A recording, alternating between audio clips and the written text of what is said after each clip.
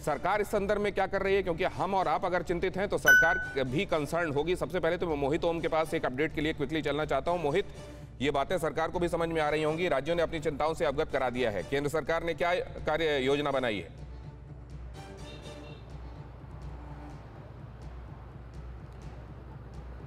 मोहित ओम, आपको आवाज आ रही है मेरी?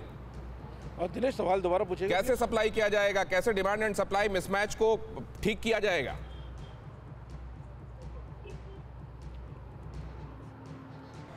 और दिनेश, सरकार ने अपना एक पूरा होमवर्क कर रखा है और सरकारों से, जो राज्य सरकार है, उनसे लगातार संपर्क में है और सबकी डिमांड इस वक्त जा चुकी है सरकार के पास। और लगातार जो दोनों कंपनियां हैं उनको लेकर एक पूरी रणनीति अपनाई गई है किस तरीके से वैक्सीन आगे जाएगी। अगर दिल्ली के संदर्भ में कहें तो जिसके दिल्ली के केजरीवाल ने खुद टीवी पर आकर बताया है कि उन्होंने 67 लाख की जो डिमांड रखी है वो उनको 3 महीने में मिलेगी। फिलहाल उन्होंने ये जरूर कहा है कि आने वाले दिन जो वैक्सीन को लेकर प्रोग्राम था उस दौरान आप भीड़ ना लगाएं, क्योंकि उस दौरान अभी हम पे वैक्सीन उपलब्ध नहीं है। आने वाले 2-4 दिनों जैसी वैक्सीन हमारे पास आ जाती है उसके लेकर हम अब अपडेट करेंगे और पब्लिक वहां पे पहुंच जाएगी। अगर केंद्र सरकार की बात करें तो केंद्र सरकार लगातार जो है मॉनिटरिंग कर रही है और लगातार जो डिमांड्स आई हैं उनको लेकर बात की जा रही है। अभी एक विदेशी वैक्सीन की बात भी आ रही है कि विदेशी वैक्सीन को भी जिस तरह स्वीकृति दी गई है उसको किस तरह डिस्ट्रीब्यूट करना है उसको लेकर पूरा प्लान तैयार किया जा रहा है। हो सकता है कि आने वाले 3-4-5 दिन के अंदर पूरे देश भर के अंदर जो वैक्सीन का प्रोग्राम है वो शुरू किया जा सके।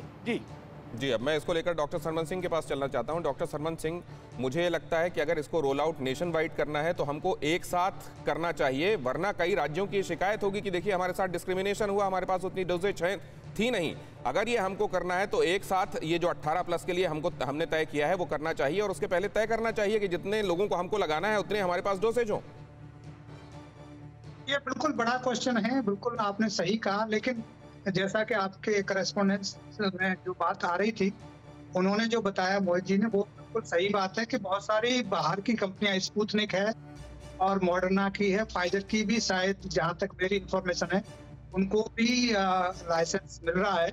और बिकॉज इतनी डिमांड 2 कंपनियां जो इंडियन कंपनी है दोनों, वो पूरी नहीं कर पाएंगे। और ये बात आपकी बिल्कुल सही है कि ये जो भी रीजन रहे हों, राजनीतिक कारणों से या जिस कारण से भी, वो एलिगेशन लगते रहेंगे। इसलिए भारत सरकार को, मेरा ख्याल भी यही है कि सबको एक ही साथ रोल करना चाहिए। जैसे मध्य प्रदेश में, बाकी ज्यादातर स्टेट में कल से नहीं हो रहा है, most of the states they are not doing कल से।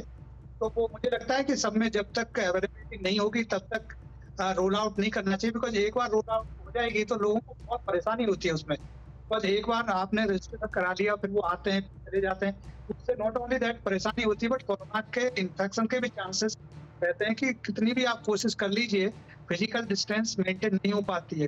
तो मेरा मानना बिल्कुल सही है इसी दिशा में कि सबको रोल आउट करने के लिए और इक्विटेबल डिस्ट्रीब्यूशन होने के लिए सारे स्टेट्स में सारे ऑर्डर्स पूरे।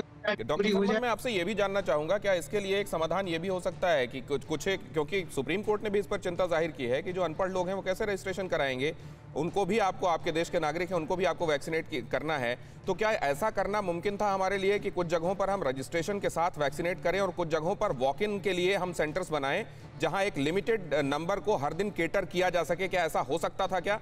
फिक्र आपकी, सोमवार से शुक्रवार रात 9 बजे सिर्फ TV9 भारतवर्ष पर।